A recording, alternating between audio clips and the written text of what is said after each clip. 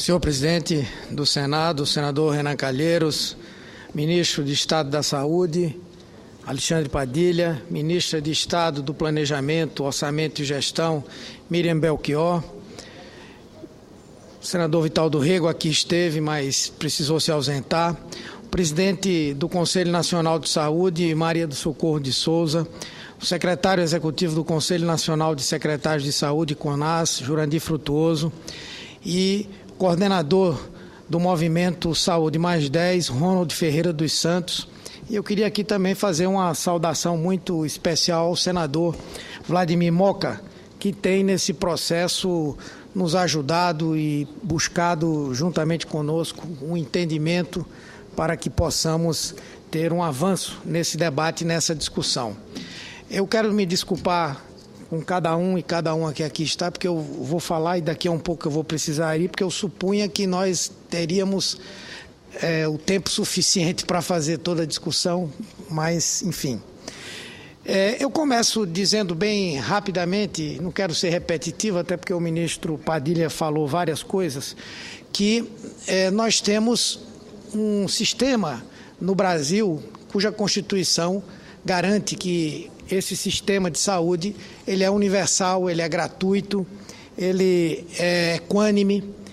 E quando se criou o Sistema Único de Saúde, lá em 1988, houve uma previsão da definição de recursos para a sua constituição, o seu exercício. Já naquela época, aquilo que foi definido não era suficiente para fazer com que esse sistema crescesse e, ao longo do tempo, ele só tem crescido mais e mais. E, ao longo desse período, tem sido muito grande a luta também para viabilizar os recursos para que esse crescimento se dê.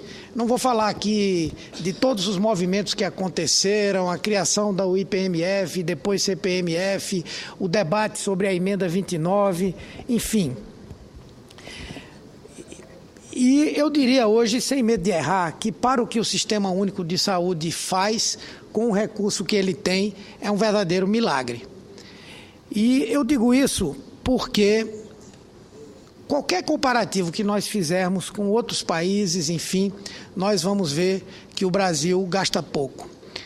É verdade que nós tivemos um crescimento importante ao longo desses últimos 10, quase 11 anos. Eu tive a oportunidade de ser ministro da Saúde no primeiro governo do presidente Lula, quando, pela primeira vez, a emenda constitucional 29 foi cumprida e, de lá para cá, esse cumprimento tem acontecido, tem havido. O que hoje se coloca é que essa regra já não é suficiente para viabilizar os recursos que são necessários para esse processo de consolidação e avanço do Sistema Único de Saúde. Acompanhamos também a posição do governo quando, em 2012, deu apoio ao processo de regulamentação da emenda 29 por intermédio da Lei Complementar 141, da qual eu tive a oportunidade de ser relator. E naquele momento nós conseguimos promover um incremento de recursos para a saúde pela outra via, que foi garantindo a definição clara do que seriam serviços e ações de saúde e, com isso, reduzindo sensivelmente a possibilidade de maquiagem orçamentária que outros entes da federação anteriormente faziam para atingir aqueles mínimos constitucionais. Pois bem, mas naquela época também é bom lembrar que na Câmara foi proposta a criação de uma contribuição que foi rejeitada na Câmara, e quando essa proposta chegou ao Senado, no papel do Senado como iniciador daquela proposição e como revisor final, uma proposição que era garantir 10% da receita corrente bruta para a área da saúde. E aqui todos sabem que nós seguramos essa proposta, como se diz vulgarmente, pelos chifres, né? Porque havia uma tendência a se votar isso, que era a proposta originalmente votada aqui. E fizemos isso com o compromisso que foi honrado pelo presidente do Senado, de criarmos uma comissão especial para debater esse tema. E essa comissão, ela foi criada. E eu vou aqui rapidamente falar de algumas constatações que ela levou. Primeiro, que há um crescimento real do orçamento da saúde.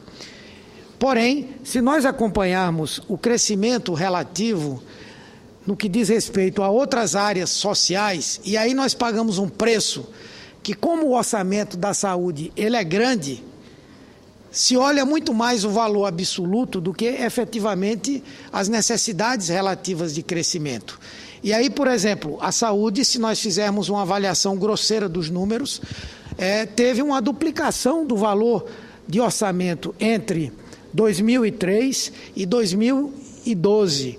Nesse mesmo período, a educação multiplicou o seu por 4, a assistência social multiplicou o seu por 8, a área do trabalho multiplicou o seu por 3. Felizmente, entre aspas, daqui a pouco o orçamento da educação vai ultrapassar o orçamento da saúde, e aí talvez se olhe de uma forma diferente para a questão da política de saúde. Isso estabelece uma prioridade. É lógico que saúde foi prioridade, mas outras áreas foram mais do que a área da saúde.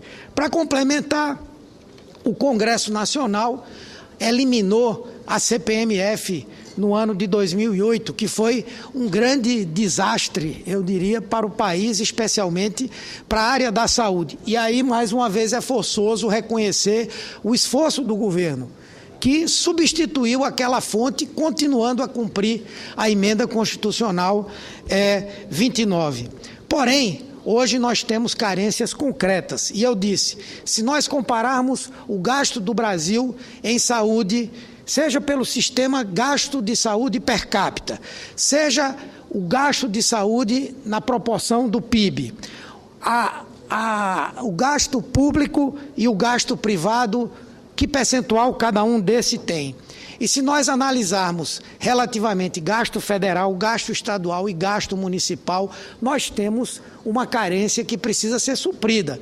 O governo reconhece isso, a presidenta Dilma reconhece isso, e acho que reconhecer é importante, mas precisamos de mais. Até porque sempre será pouco o orçamento da saúde. Veja, qual é a clientela da educação no país? É sensivelmente menor do que a clientela da área da saúde. O Bolsa Família beneficia 60 milhões de brasileiros, é muita gente, mas o SUS é para os 200. É óbvio que por essa razão ele tem um custo diferenciado. E aí nós precisamos discutir mais recursos, até porque existem outros problemas. Você veja, na área da educação, nós vamos ter a clientela nos próximos anos se reduzindo. No caso da saúde, ela está aumentando. As pessoas com mais de 60 anos vão formar um pico de uma pirâmide invertida, crescente a cada ano, enquanto as taxas de crescimento populacional no Brasil vêm diminuindo. Então, é óbvio que nós vamos ter que lidar com essa questão do envelhecimento, as necessidades. O presidente Lula diz muito bem, quem comia sanduíche de mortadela agora quer comer eu não diria nem caviar, mas um prato feito bom. É lógico que quem teve algumas necessidades básicas atendidas na área da saúde quer mais, isso custa dinheiro. A implementação de novas tecnologias, a nossa área, infelizmente, é aquela que a incorporação tecnológica não produz um não uso da tecnologia anterior. A breugrafia que foi criada lá no século passado continua sendo utilizada num sistema que já tem a ressonância magnética, que já tem tantas outras, quer dizer, vai se acumulando, não vai se superando aquela tecnologia. E bem como essas tecnologias novas são mais caras. A comissão de financiamento, ela chegou a algumas conclusões. Primeiro, que nós temos, de fato, que ter mais recursos. Que esses recursos, dentro do que está proposto pelo movimento Saúde Mais 10, seria aquilo mais adequado para essa nossa quadra no processo de implantação do Sistema Único de Saúde. E os 10% da receita corrente bruta, ou seu equivalente em receita corrente líquida. E é importante a gente dizer, nós sabemos que não é possível atender isso de uma vez, mas se fosse atendido de uma vez, sabe quanto isso ia representar em termos de gasto de saúde em relação ao PIB? 1%. Nós íamos sair de 4% do gasto público com saúde em relação ao PIB para 5% do gasto público com relação ao PIB. São dados, são números reais, nós não podemos... Então, a nossa comissão entendeu, o nosso entendimento de que a necessidade é essa hoje. E nosso entendimento é que isso deveria ser feito, seja qual for a proposta, em relação à receita corrente líquida. Pelas razões que a ministra Miriam colocou, mas por outras. A receita corrente líquida, ela permite uma segurança, porque até o conceito de receita corrente bruta, ele é impreciso. Nós temos já opiniões dentro do Tribunal de Contas da União, definindo que não se pode fazer essa vinculação, porque estaria vinculando receitas que não pertencem à União, ao governo federal, são recursos de transferência, por exemplo. Por outro lado, outras despesas estão vinculadas à receita corrente líquida, o percentual da folha de pagamento em relação à receita corrente líquida, o gasto da educação era a receita do ano, a questão dos precatórios usa a receita corrente líquida, portanto, é uma vinculação que já está estabelecida. E aí nós fizemos nós entendemos que essa seria a melhor proposição. Óbvio que nós sabemos que precisamos de fontes. Nesse momento, nem o governo, nem o parlamento vai discutir, nem apresentar uma proposta de fonte nova, nem o movimento quer. Portanto, nós vamos ter que trabalhar do ponto de vista da priorização, não é? E aí temos hoje algumas fontes, os royalties.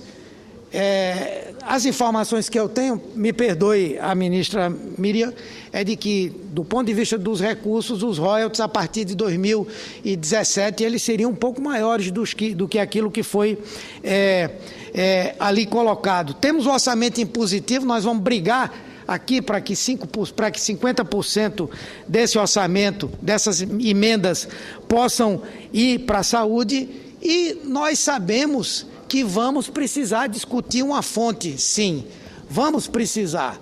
E daí eu tenho uma preocupação importante, que é a preocupação de nós, o que vier agora, eu espero que seja algo substantivo, substancial, precisa ser bem gasto.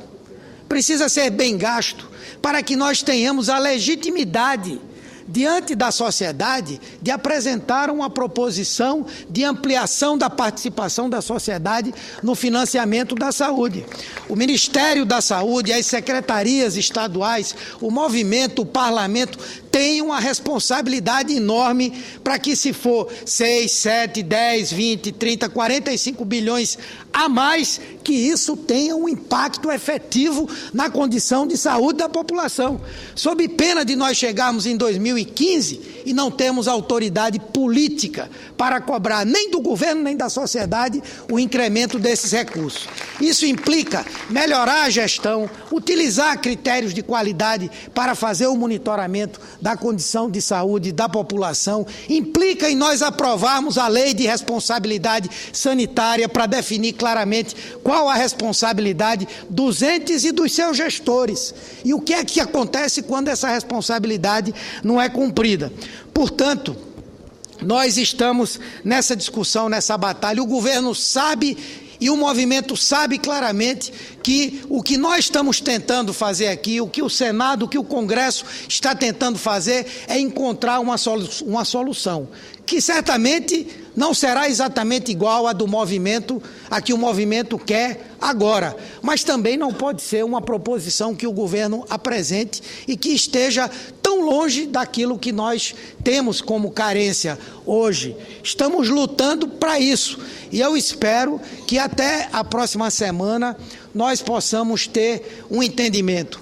Eu sei que a luta vai ter que continuar. Essa bandeira dos 10% da receita corrente bruta é justa, E eu entendo que, ainda que nós não consigamos isso agora, ela vai continuar. Mas é importante que, nesse momento, nós tenhamos ganhos concretos. E eu tenho certeza que o governo terá a sensibilidade política suficiente e a clareza de onde buscar esse recurso para que nós possamos, de fato, atender ao clamor da população brasileira. Muito obrigado.